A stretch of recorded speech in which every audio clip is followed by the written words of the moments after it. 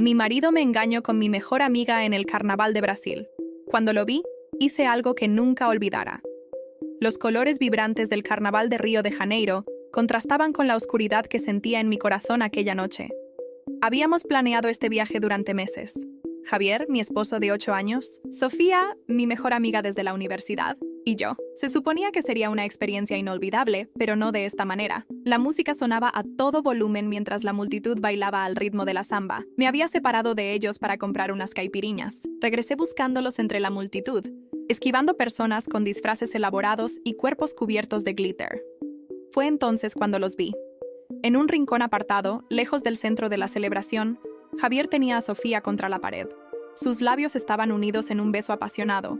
Sus manos recorrían el cuerpo del otro con una familiaridad que solo podía significar una cosa. Esto no era la primera vez. El mundo se detuvo. Las bebidas que sostenía cayeron al suelo, pero el sonido del vidrio rompiéndose se perdió entre la música. Por un segundo pensé en gritar, en armar un escándalo, en lanzarme sobre ellos. Mi cuerpo temblaba y sentía que el aire no llegaba a mis pulmones. Pero algo dentro de mí se contuvo. Una voz interior me susurró que mantuviera la calma, que observara, que recordara este momento. Di unos pasos atrás y me oculté tras un grupo de personas. Mi mente, ahora extrañamente lúcida, comenzó a registrar cada detalle. Cómo él le acariciaba el cabello de la misma forma que solía hacerlo conmigo. Cómo ella se reía con esa risa que yo conocía tan bien. Cómo ambos parecían completamente ajenos al hecho de que me estaban destrozando la vida. Saqué mi teléfono y, con manos temblorosas, tomé varias fotos. No sabía exactamente por qué lo hacía, pero algo me decía que necesitaría pruebas. Luego me alejé en silencio. Regresé al hotel. Empaqué mis cosas y reservé un vuelo para la mañana siguiente. Pero no me fui de Brasil. En lugar de eso, me hospedé en otro hotel, a pocas cuadras del original. Necesitaba tiempo para pensar, para procesar lo que había visto y decidir mi próximo paso. Esa noche, mientras miraba por la ventana las luces de Río, tomé una decisión. No iba a confrontarlos, no todavía. No les daría la satisfacción de verme destruida. No los alertaría sobre lo que sabía. En lugar de eso, utilizaría este conocimiento a mi favor. Al día siguiente, los llamé. Fingí que había tenido una emergencia familiar y había tenido que regresar a España de inmediato. Les dije que continuaran disfrutando del carnaval, que no quería arruinar sus vacaciones. Javier sonó preocupado, pero pude detectar el alivio en su voz. Sofía se ofreció a regresar conmigo. Una mentira tan transparente que casi me hizo reír. No te preocupes, les dije con una calma que me sorprendió. Estaré bien. Disfruten del resto del viaje. Durante los siguientes 3 días, los seguí discretamente. Los vi disfrutar del carnaval como una pareja, besándose abiertamente ahora que creían que yo no estaba. Los vi cenar en restaurantes románticos, caminar de la mano por la playa de Copacabana y regresar juntos a la habitación del hotel que había pagado yo para mis vacaciones con mi marido. Cada momento quedó documentado en mi teléfono. Cada beso, cada caricia, cada traición. No era solo evidencia, era mi manera de enfrentar la realidad, de no permitirme caer en la negación. El último día, antes de que ellos regresaran a España, contraté a un investigador privado local. Le di todas las fotos que había tomado y le pedí que averiguara desde cuándo venía sucediendo esto. El hombre, con mirada compasiva, me prometió tener un informe completo en 2 semanas. Volé de regreso a Madrid el mismo día que ellos, pero en un vuelo diferente. Mientras el avión despegaba, miré por la ventanilla las playas de Río que se alejaban. Me había ido de Brasil como una mujer traicionada y humillada, pero regresaba con algo más valioso que el dolor. Un plan. No sería una víctima en esta historia. No permitiría que mi matrimonio terminara con Javier y Sofía riéndose de mí a mis espaldas. Ellos habían elegido jugar este juego, pero no sabían que las reglas acababan de cambiar. En las horas de vuelo, repasé mentalmente cada momento de los últimos años, buscando señales que hubiera pasado por alto. Las llegadas tarde de Javier, las veces que Sofía cancelaba nuestros planes en el último momento, las miradas que ahora cobraban un nuevo significado. ¿Cómo pude ser tan ciega? La azafata me preguntó si quería algo de beber. Pedí un whisky, algo que nunca hacía. Lo bebí de un trago, sintiendo el ardor en mi garganta como un eco del dolor en mi pecho. Pero este dolor se estaba transformando en algo más: determinación. Cuando el avión aterrizó en Madrid, ya no era la misma Elena que había partido hacia el Carnaval de Brasil semanas atrás.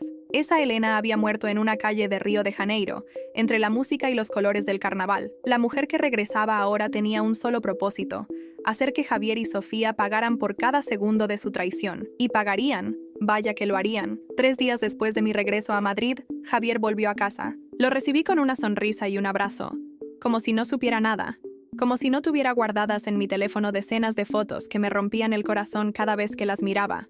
¿Cómo siguió el carnaval?, le pregunté mientras desempacaba su maleta, notando el sutil aroma del perfume de Sofía en sus camisas. Bien, pero no fue lo mismo sin ti, respondió, evitando mi mirada. Sofía también te extrañó mucho. Tuve que contener una risa amarga. La misma Sofía que había dicho que me llamaría apenas llegara a Madrid, pero que llevaba 3 días sin dar señales de vida. Qué considerada, comenté, manteniendo mi tono ligero. La llamaré para quedar esta semana. Vi cómo Javier se tensaba ligeramente. Está muy ocupada con un proyecto nuevo, se apresuró a decir. Mejor dale unos días. Por supuesto, necesitaban tiempo para coordinar sus mentiras. Les daría ese tiempo, pero no para lo que ellos pensaban. A la mañana siguiente, mientras Javier dormía, revisé su teléfono. Lo hacía por primera vez en nuestros 8 años de matrimonio, y lo que encontré confirmó mis peores sospechas. Mensajes, fotos, planes de encuentros. Su aventura con Sofía llevaba casi 2 años, pero encontré algo más, algo que no esperaba. Correos electrónicos con su abogado discutiendo cómo ocultar dinero en cuentas offshore. Javier, director financiero de una importante constructora, estaba desviando fondos de nuestra cuenta conjunta a inversiones que yo desconocía completamente. El golpe fue doble. No solo me engañaba con mi mejor amiga, sino que también estaba poniendo en riesgo nuestra estabilidad económica con movimientos financieros cuestionables. Tomé capturas de pantalla de todo y las envié a mi correo. Luego, con cuidado de no dejar rastro, dejé el teléfono exactamente donde lo había encontrado. Esa misma tarde, visité a un abogado. No cualquier abogado, sino a Martín Herrera, conocido por manejar divorcios de alto perfil. Le conté mi situación sin omitir detalles. ¿Estás segura de que quieres proceder con el divorcio?, me preguntó después de escucharme. A veces las parejas pueden superar... No quiero superarlo, lo interrumpí. Quiero estar preparada. Quiero proteger lo que es mío. Pero no quiero que él sepa que estoy al tanto de nada, no todavía. Martín asintió, entendiendo mi posición. Vas a necesitar más pruebas de sus movimientos financieros. Y sobre la infidelidad, si decides usarla como causal, también necesitaremos documentar de manera más formal. Salí de su despacho con un plan de acción claro. Contrataría a un detective privado en Madrid para complementar el trabajo del investigador en Brasil. Necesitaba un expediente completo de sus actividades, tanto sentimentales como financieras. Durante las siguientes semanas, viví una extraña doble vida.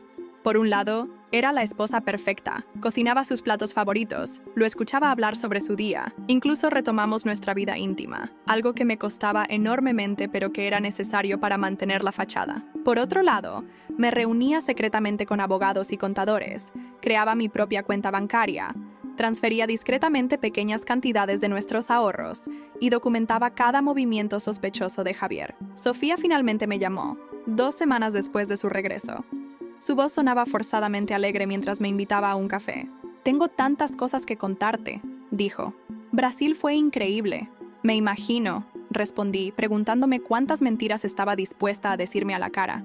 «Yo también tengo mucho que contarte». Nos encontramos en nuestro café habitual. Verla fue más difícil de lo que había anticipado. Esta mujer, que había sido mi apoyo durante años, que había sostenido mi mano en los momentos difíciles, que conocía mis secretos más íntimos, ahora me miraba con una sonrisa falsa mientras me contaba una versión editada de su viaje, omitiendo convenientemente cada momento que había pasado en brazos de mi marido. «¿Y cómo va todo con Javier?», preguntó con un brillo en los ojos que ahora reconocía como algo más que interés amistoso. «De maravilla», mentí con una sonrisa. «Estamos mejor que nunca. De hecho, estamos planeando renovar nuestros votos para nuestro próximo aniversario». Su rostro palideció ligeramente. «¿En serio? No me había comentado nada. Es una sorpresa», improvisé. «Así que no le digas que te lo he contado», asintió, claramente incómoda. La idea de Javier comprometiéndose nuevamente conmigo no entraba en sus planes. Bien, esa misma noche, recibí el informe completo del investigador de Brasil. Lo que leí me dejó sin aliento. Su aventura no había comenzado hace 2 años como sugerían los mensajes de texto. Había comenzado hace 4, apenas 3 años después de nuestra boda. 4 años de engaños, de mentiras, de momentos robados a mi matrimonio. El informe incluía fotos de ellos en varios viajes que supuestamente eran por trabajo o con amigas, testimonios de personas que los habían visto juntos, e incluso extractos de cuentas que mostraban gastos en hoteles y restaurantes. Mientras las lágrimas corrían por mis mejillas, mi resolución se fortaleció. No solo iba a protegerme, iba a recuperar todo lo que me habían quitado: mi dignidad, mi confianza, mis años de dedicación. Y lo más importante, iba a asegurarme de que ambos recordaran para siempre el precio de su traición. La revelación de que mi vida era una mentira construida a lo largo de 4 años me hizo caer en una profunda depresión durante 2 semanas. Me encerraba en el baño para llorar mientras Javier estaba en casa, y cuando él salía, me quedaba inmóvil en la cama contemplando el techo. Pero un día, mirando las fotos de Javier y Sofía juntos, algo cambió dentro de mí. El dolor se transformó en una fuerza que no sabía que poseía. No les daré el gusto de destruirme, me dije frente al espejo. Mi reflejo me devolvió la mirada de una mujer que ya no reconocía, con ojeras profundas y el rostro pálido. Era hora de recuperarme y reconstruir mi vida. Lo primero que hice fue anotarme en un máster en marketing digital. Antes de casarme con Javier, había tenido una carrera prometedora en publicidad, pero la había abandonado para apoyar su ascenso profesional. Ahora, a mis 35 años, necesitaba actualizar mis conocimientos. ¿Un máster?, preguntó Javier cuando se lo comenté durante la cena. ¿Para qué necesitas estudiar más a estas alturas? Para sentirme realizada, respondí con una sonrisa. Además, podría volver a trabajar. Siempre quisiste que aportara más económicamente, ¿no? Eso lo dejó sin argumentos. Durante años, había insinuado que yo no contribuía lo suficiente a nuestra economía familiar, a pesar de que había sido él quien insistió en que dejara mi trabajo cuando su carrera despegó. Las clases comenzaron en septiembre, 3 meses después del Carnaval de Brasil. Me sumergí en los estudios con una dedicación obsesiva. No solo era una forma de distraerme, sino también de prepararme para el futuro independiente que estaba planeando. En la universidad conocí a Claudia, una profesora de marketing con experiencia en grandes empresas. Congeniamos de inmediato. A diferencia de Sofía, Claudia era directa y honesta, sin esa falsa dulzura que ahora veía tan claramente en mi antigua mejor amiga. «Tienes talento», me dijo Claudia un día después de revisar uno de mis proyectos. «No entiendo por qué dejaste de trabajar en esto». Le conté una versión simplificada de mi historia, omitiendo la traición pero mencionando que mi matrimonio no estaba en su mejor momento. «Deberías venir a la agencia donde trabajo a tiempo parcial», sugirió. «Estamos buscando consultores freelance para proyectos específicos. Sería perfecto mientras terminas el máster». Acepté sin dudarlo. Necesitaría ingresos propios para lo que estaba planeando. Mientras tanto, seguía interpretando el papel de esposa devota. Javier apenas notaba mis ausencias debido a clases y al nuevo trabajo. Estaba demasiado ocupado con sus propios compromisos laborales, que según el detective que había contratado, consistían principalmente en encuentros con Sofía, en un apartamento que él mantenía en secreto. El detective también me proporcionó información valiosa sobre los negocios turbios de Javier. Había estado manipulando los informes financieros de su empresa para desviar fondos a inversiones personales. Su jefe, Fernando Méndez, no tenía idea de estas irregularidades. Un día, armándome de valor, concerté una reunión con Fernando bajo el pretexto de organizar una fiesta sorpresa para Javier. «Elena, qué sorpresa verte por aquí», me saludó Fernando en su oficina. «Gracias por recibirme», respondí con una sonrisa. «En realidad, no vengo por la fiesta. Tengo algo importante que mostrarte». Le enseñé copias de los documentos que probaban las irregularidades de Javier. Le expliqué que los había descubierto accidentalmente y que me preocupaba tanto la empresa como mi propio futuro. «¿Por qué me muestras esto?», preguntó Fernando, visiblemente alterado por la información. «Porque creo en hacer lo correcto», respondí.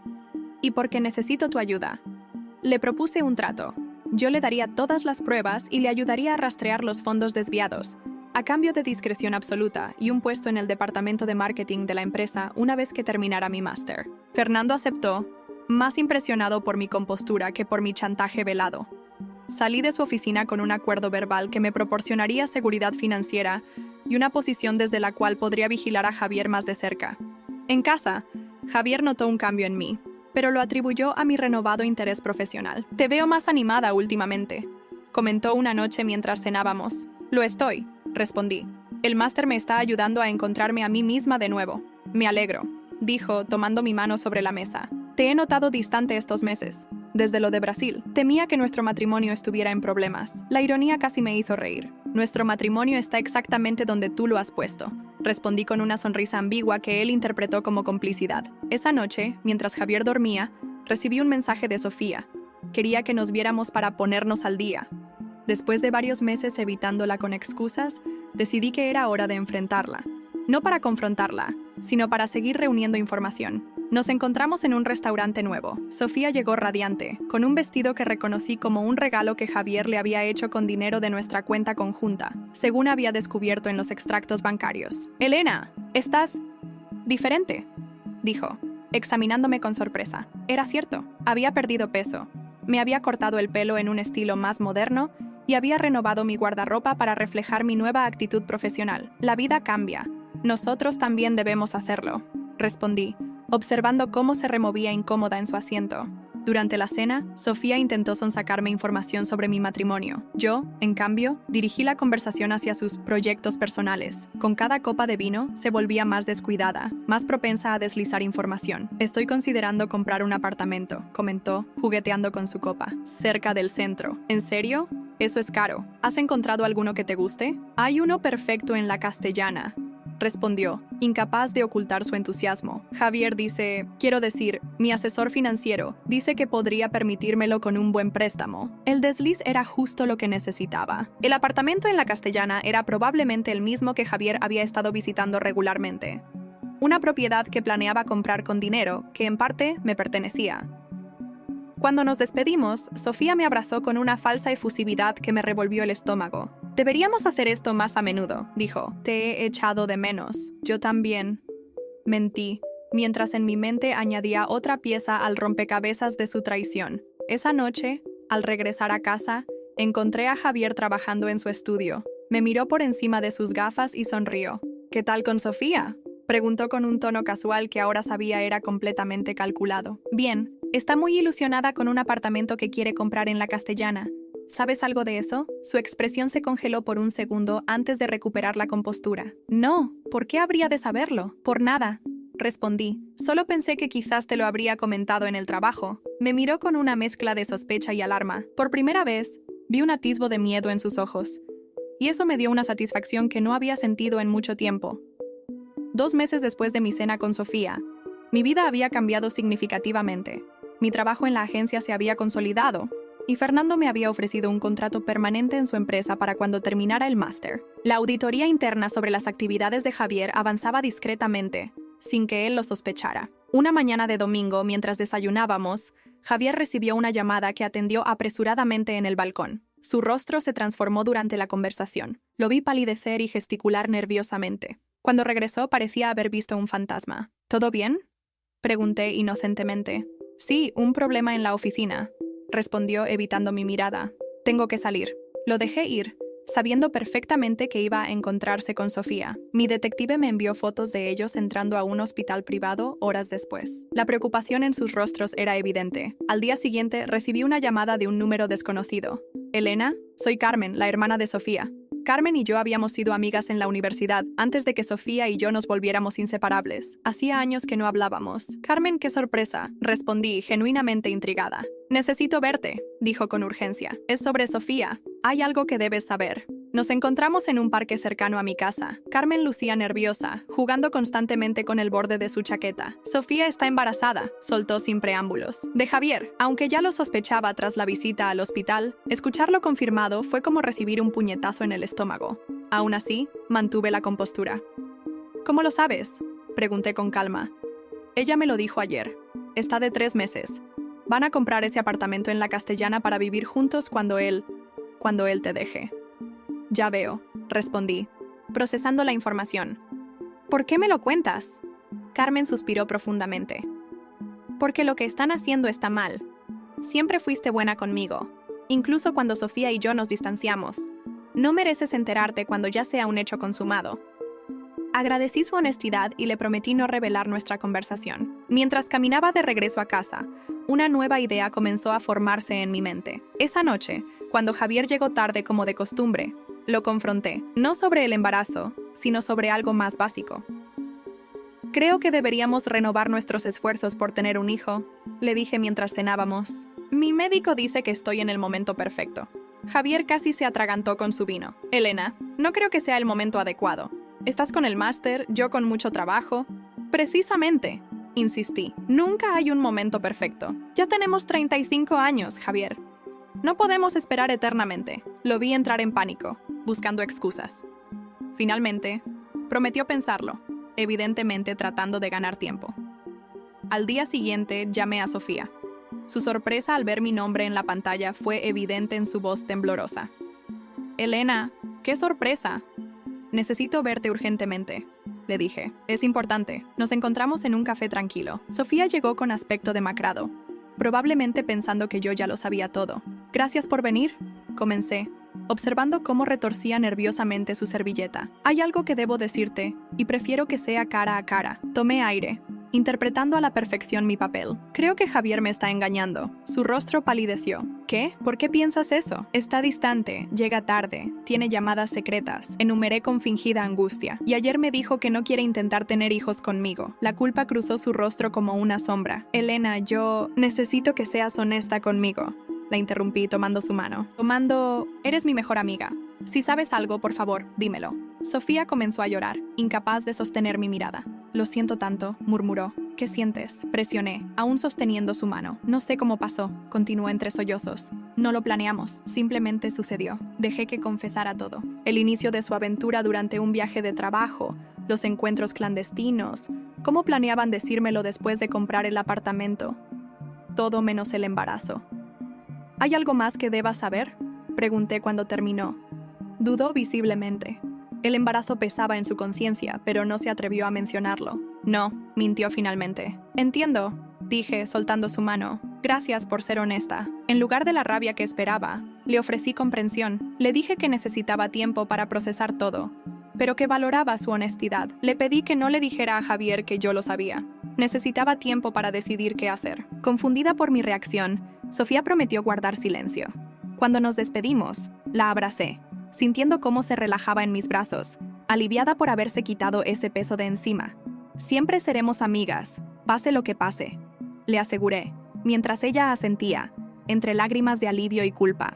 Lo que Sofía no sabía era que acababa de convertirse en una pieza clave de mi plan, un plan que ahora, con el embarazo, tomaba un giro inesperado pero potencialmente ventajoso. Esa misma noche, Javier llegó a casa con un ramo de flores y una botella de mi vino favorito. Claramente, Sofía le había contado nuestra conversación, a pesar de su promesa. «¿A qué debo este detalle?», pregunté con una sonrisa. «Por ser tú», respondió, besándome en la mejilla. «He estado muy ocupado últimamente y quería compensarte». Mientras cenábamos, me miró con intensidad. «He estado pensando en lo de tener un hijo. Quizás tengas razón. Deberíamos intentarlo». Su mentira era tan transparente que casi sentí lástima por él. Estaba intentando mantener su fachada mientras ganaba tiempo para resolver la complicación del embarazo de Sofía. «Me alegra oír eso», respondí, levantando mi copa en un brindis.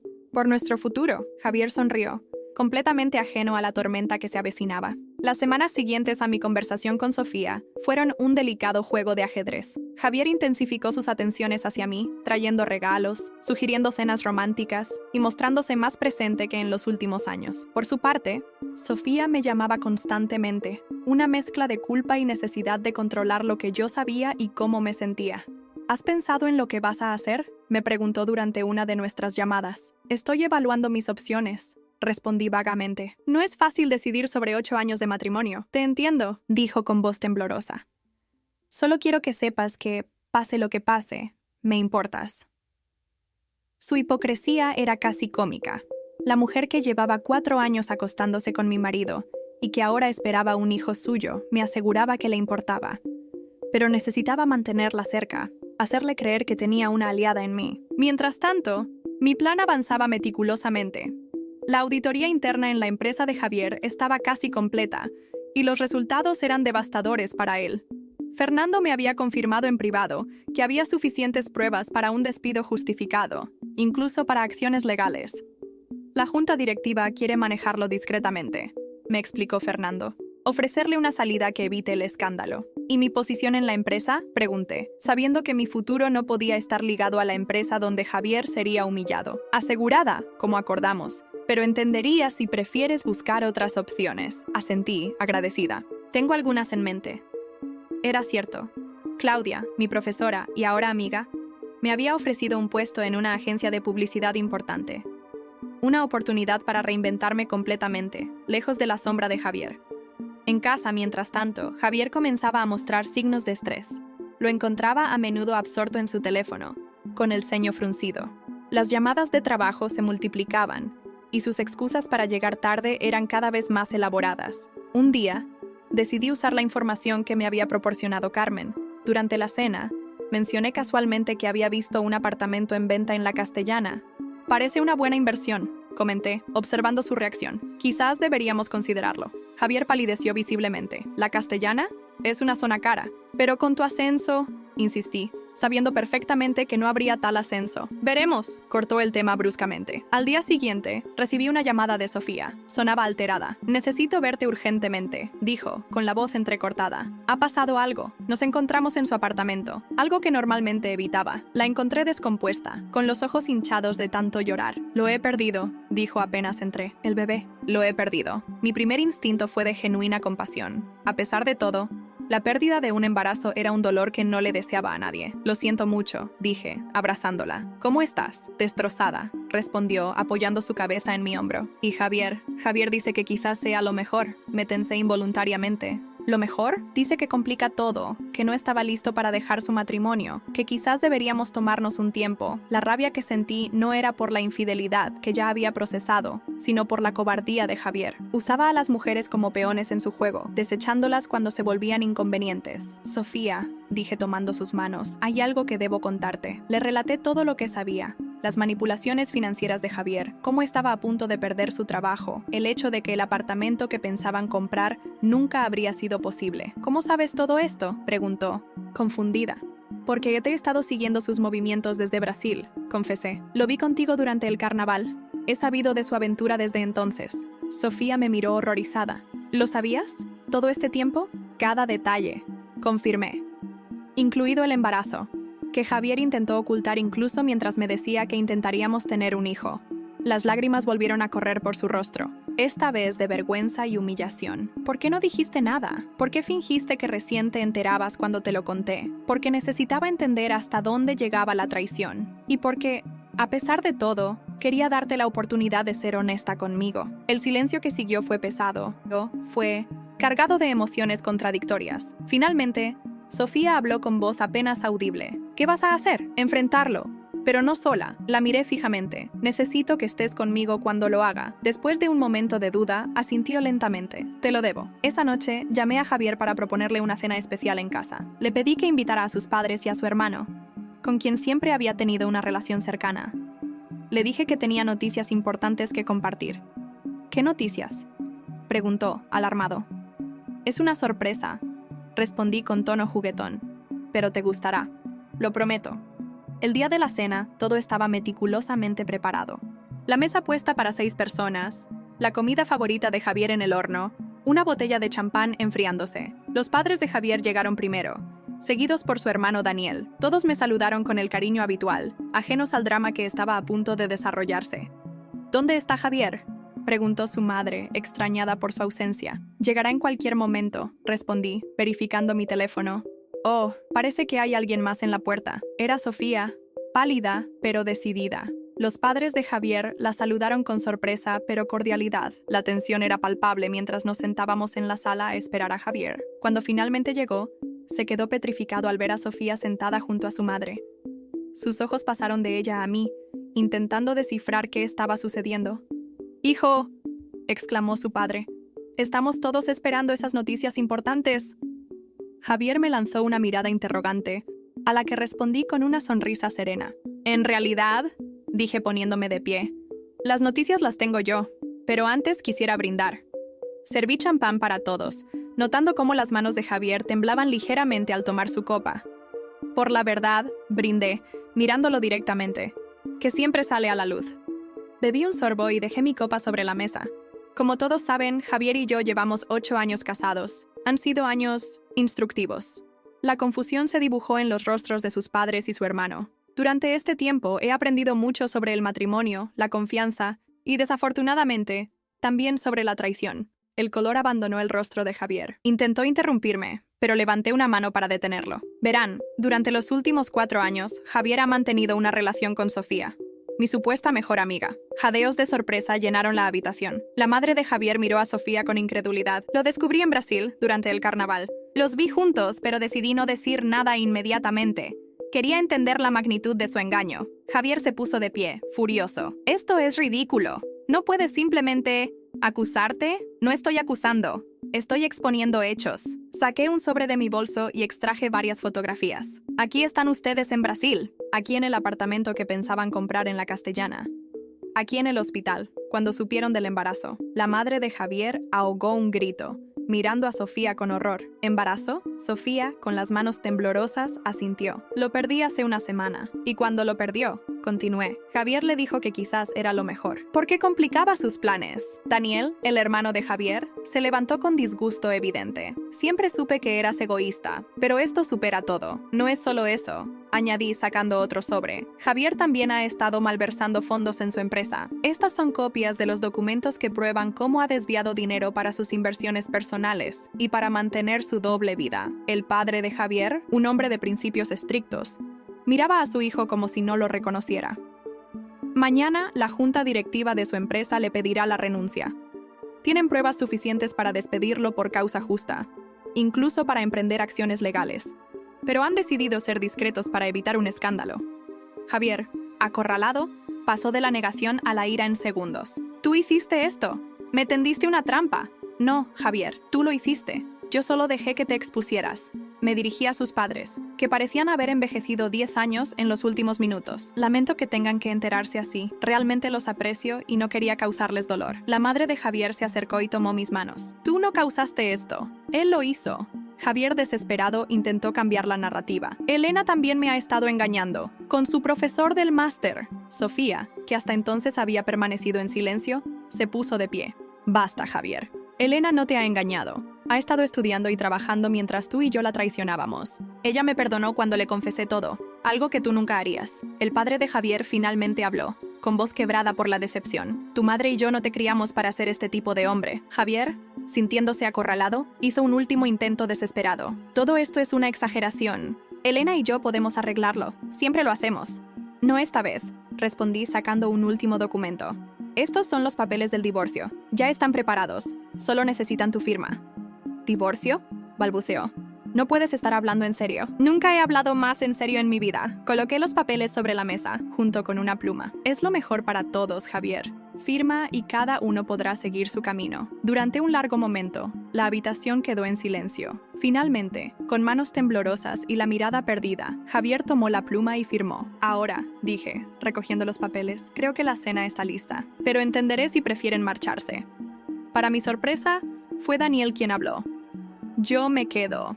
No por Javier, sino por ti, Elena. Siempre has sido más familia para mí que mi propio hermano». Los padres de Javier asintieron en acuerdo. Javier, completamente derrotado, tomó su abrigo y se dirigió a la puerta. Antes de salir, se volvió hacia Sofía. «¿Vienes?». Sofía miró alrededor, desde los rostros consternados de los padres de Javier hasta mi expresión serena. «No», respondió finalmente. «Ya he cometido suficientes errores siguiéndote». La puerta se cerró tras él con un golpe seco que pareció sellar el fin de un capítulo en nuestras vidas. Mientras cenábamos en un silencio incómodo pero extrañamente pacífico, sentí como si un peso enorme se hubiera levantado de mis hombros. No era el final que había imaginado para mi matrimonio, pero era el final que merecía. Y por primera vez en mucho tiempo, el futuro se vislumbraba esperanzador. 2 años pueden parecer poco tiempo en la vida de una persona, pero para mí fueron suficientes para transformarme por completo. El divorcio se finalizó 3 meses después de aquella cena fatídica. La empresa de Javier lo despidió discretamente, permitiéndole renunciar para preservar algo de su dignidad profesional, aunque todos en el sector sabían la verdad. Terminé mi máster con honores y, tal como había planeado, no acepté el puesto en la empresa de Fernando. En su lugar, me uní a la agencia donde Claudia trabajaba. Mi carrera despegó con una velocidad que me sorprendió incluso a mí.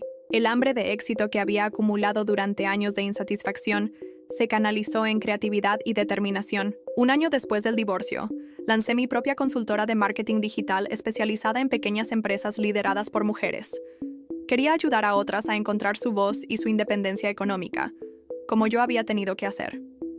Mi relación con la familia de Javier evolucionó de formas inesperadas. Sus padres, lejos de culparme por exponer a su hijo, mantuvieron conmigo una relación cercana.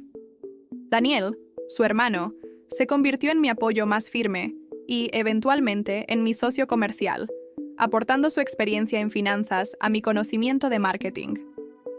De Javier supe poco durante ese tiempo. Según me contó Daniel, había pasado unos meses difíciles tras el divorcio y el despido. Intentó conseguir trabajo en varias empresas del sector, pero su reputación lo precedía. Finalmente aceptó un puesto de menor rango en una empresa pequeña en Valencia, lejos de Madrid y de los círculos que frecuentábamos. Con Sofía, sorprendentemente, desarrollé una relación diferente. Después de aquella noche, se sumió en una profunda depresión. La pérdida del bebé, la traición de Javier y la vergüenza pública fueron demasiado para ella. Durante meses, apenas salió de su apartamento. Un día, recibí una llamada de Carmen, su hermana. Sofía no está bien, me dijo con preocupación evidente. No come, apenas duerme. Los psicólogos dicen que está en una depresión severa. A pesar de todo lo que había pasado, no pude evitar sentir compasión. ¿Qué puedo hacer?, pregunté. Quiere verte. Dice que necesita tu perdón para seguir adelante. Visité a Sofía en el pequeño apartamento que ahora compartía con su hermana. Al verla, apenas la reconocí. La mujer radiante y segura de sí misma que había sido mi mejor amiga, había desaparecido. En su lugar encontré una sombra, demacrada y con la mirada vacía. Elena, dijo al verme, con voz quebrada. No esperaba que vinieras. Carmen dijo que querías verme. Nos sentamos en su pequeña sala. El silencio entre nosotras estaba cargado de años de amistad, traición y secretos. Lo siento, comenzó finalmente. Sé que no es suficiente, pero necesito decirlo. Traicioné tu confianza de la peor manera posible. ¿Por qué, Sofía? Éramos como hermanas. Suspiró profundamente. Al principio fue solo atracción. Luego se convirtió en una obsesión, en una competencia enfermiza. Siempre tuviste lo que yo quería. Un matrimonio estable, seguridad económica, respeto. Arrebatártelo me hacía sentir poderosa. Su honestidad me desarmó. No había esperado una explicación tan cruda. ¿Y Javier? Javier era un medio para un fin. Lo quería porque era tuyo, no por quién era. Cuando perdí el bebé y él me abandonó, me di cuenta de que había destruido mi vida por nada. Le tomé la mano, sintiendo cómo temblaba entre las mías. También fui responsable, admití. Construí una vida perfecta en apariencia, pero estaba tan ocupada siendo la esposa ideal que no vi lo infeliz que era Javier. Lo vacío que estaba nuestro matrimonio. Eso no justifica lo que hicimos. No, no lo justifica, pero ayuda a entenderlo. Esa conversación marcó el inicio de una reconciliación lenta y cautelosa. No volvimos a ser las amigas inseparables que fuimos, pero desarrollamos una nueva relación basada en la honestidad y el respeto mutuo. Con mi apoyo, Sofía se recuperó gradualmente, retomó sus estudios y eventualmente encontró trabajo en una editorial. Un día, casi 2 años después del divorcio, estaba en la inauguración de las nuevas oficinas de mi consultora, cuando Daniel me dio un codazo discreto. No mires ahora, pero Javier acaba de entrar. Mi corazón dio un vuelco. No lo había visto desde aquella noche, y no esperaba verlo en mi evento. Me giré lentamente, preparándome para el encuentro. Estaba cambiado. El traje impecable y la actitud arrogante habían desaparecido. Se veía más delgado, con algunas canas prematuras, pero extrañamente en paz. Elena, dijo al acercarse. Felicidades por todo esto. Es impresionante. Gracias, respondí, sorprendida por su tono genuino. No esperaba verte aquí. Daniel me invitó. Espero que no te moleste. Miré a su hermano, quien me dedicó una sonrisa de disculpa. Pensé que era hora de cerrar círculos, explicó. Nos alejamos del bullicio de la fiesta para hablar en mi nueva oficina. La tensión entre nosotros era palpable, pero diferente a la que había sentido en los últimos meses de nuestro matrimonio. ¿Cómo estás?, pregunté, genuinamente interesada. Mejor ahora. Los primeros meses fueron un infierno, pero me lo merecía. Hizo una pausa como buscando las palabras correctas. Te debo una disculpa, Elena. Por todo. Por los años de engaño. Por Sofía. Por el dinero. Por ser el peor esposo posible. ¿Qué pasó con Sofía después de aquella noche? Javier miró al suelo, avergonzado. La dejé. En el peor momento posible. Estaba tan concentrado en mi propia desgracia que no pude ver su dolor. Es algo con lo que tendré que vivir siempre. Su sinceridad me sorprendió. El Javier que conocí nunca habría admitido sus errores tan abiertamente. He estado en terapia, continuó. Estoy aprendiendo a ser una persona diferente, a entender por qué hice lo que hice. Me alegro por ti, Javier. De verdad. He oído que has tenido mucho éxito. Te lo mereces. Siempre fuiste la más fuerte de los dos. Sonreí ante esa afirmación. No siempre me sentí fuerte. Lo eras, incluso cuando no lo sabías. Espero que ahora lo veas. Hablamos durante casi 1 hora, no como exesposos resentidos, sino como 2 personas que habían compartido una vida y ahora seguían caminos separados. Cuando finalmente regresamos a la fiesta, sentí como si un capítulo que había quedado inconcluso finalmente se hubiera cerrado. Meses después, en una cena con Claudia, me enteré de que Javier había comenzado a salir con alguien. Me sorprendió darme cuenta de que la noticia no me provocaba ningún dolor, solo una vaga curiosidad. ¿Estás bien con eso?, preguntó Claudia, estudiando mi reacción. Perfectamente, respondí con sinceridad. Ya no es parte de mi vida. Hablando de vida amorosa, continuó con una sonrisa pícara, Miguel no deja de preguntar por ti. Miguel era un arquitecto que había conocido trabajando en la remodelación de mi oficina. Habíamos conectado de inmediato, pero yo había mantenido las distancias, todavía cautelosa después de mi experiencia con Javier. Quizás sea hora de darle una oportunidad, admití, sorprendiéndome a mí misma. Al día siguiente, llamé a Miguel y acepté su invitación a cenar. Nuestra relación creció lentamente, sin prisas, construida sobre una base de honestidad y respeto mutuo. Era refrescante estar con alguien que valoraba mi independencia y admiraba mis logros, en lugar de sentirse amenazado por ellos. Un año después, durante una cena en mi apartamento, Miguel mencionó casualmente la posibilidad de vivir juntos. La idea, que en otro tiempo me habría llenado de ansiedad, ahora me parecía natural y deseable. Me encantaría, respondí, sorprendiéndolo con mi respuesta directa. ¿En serio? Pensé que tendría que convencerte. Sonreí, pensando en todo el camino recorrido.